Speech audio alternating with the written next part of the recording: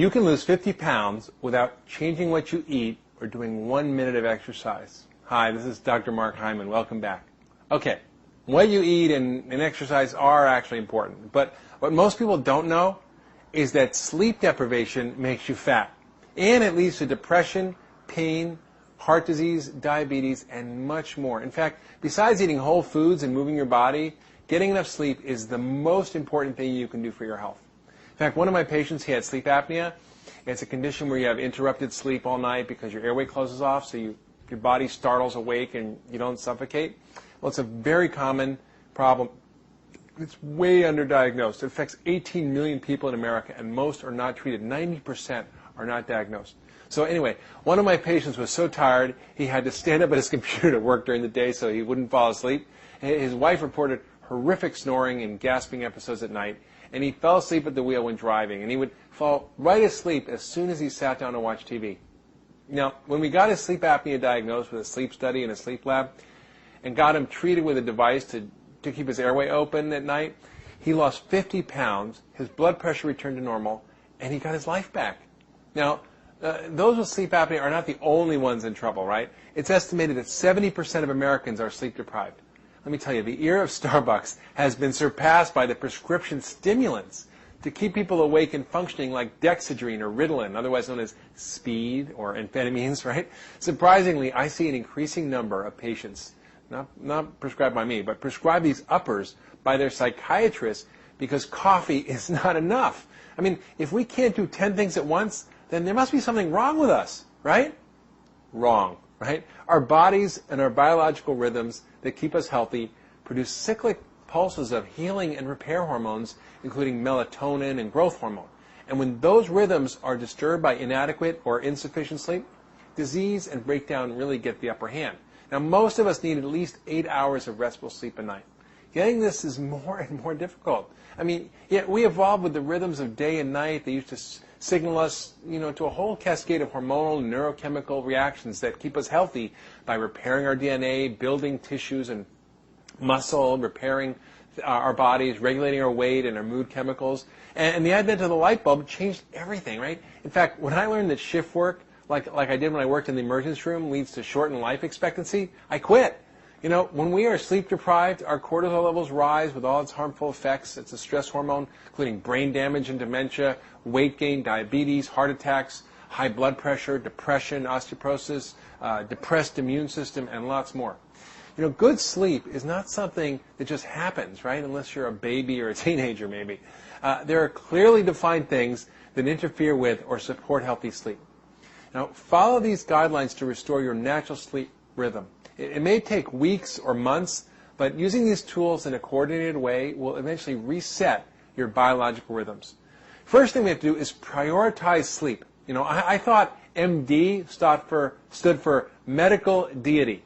Right? And meant I didn't have to follow the same sleep rules as every other human being. Was I wrong, right? I got very sick from all the sleep deprivation. Our lives are infiltrated with stimuli, and we keep stimulating until the moment we get into bed. This is not the way to get restful sleep, right? Isn't it any wonder we can't sleep well when we eat a late dinner or answer emails, surf the net, or do work and get right into bed and watch the evening news all about disaster, pain, and suffering in the world? We must take a little holiday, right, at the end of the day, in the 2 hours before bed. Maybe you can create a sleep ritual, a special set of little things you do before you get into bed to help you ready your system physically and psychologically for sleep.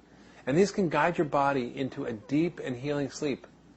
We all live with a bit of post-traumatic stress syndrome, or maybe we should say traumatic stress syndrome, because for many of us there's nothing post about it, right?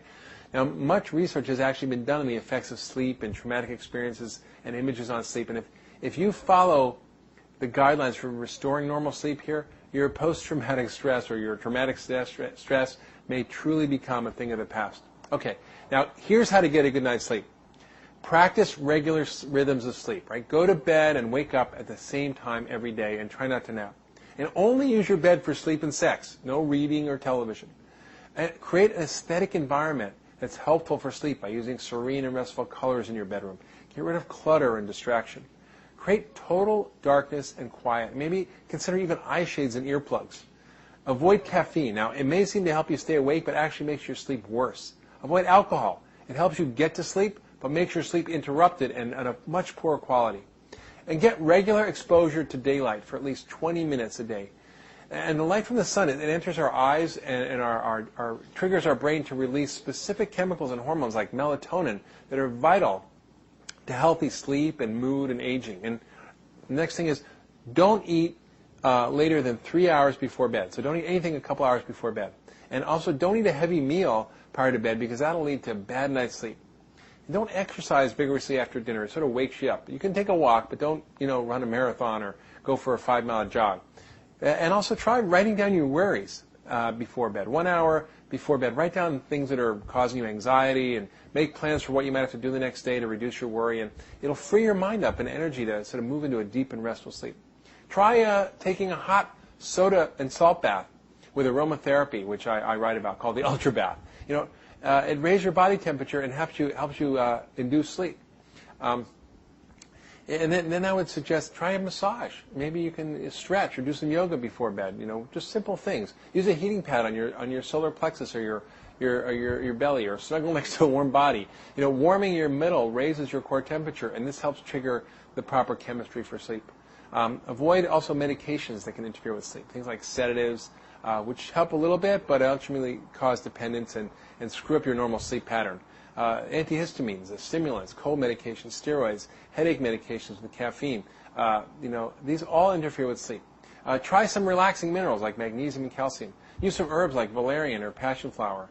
And maybe, try to find the right blend. Try melatonin even, and also consider getting a tape or CD to help you sleep. Consider also getting tested for sleep disorders. There's a lot of them, but if you have all the symptoms of sleep apnea, daytime sleepiness, fatigue, snoring, and have been seen to stop breathing in the middle of the night, get tested for sleep apnea. So remember, don't skimp on sleep. It's one of the most important healing treatments for your body that's available to you every day.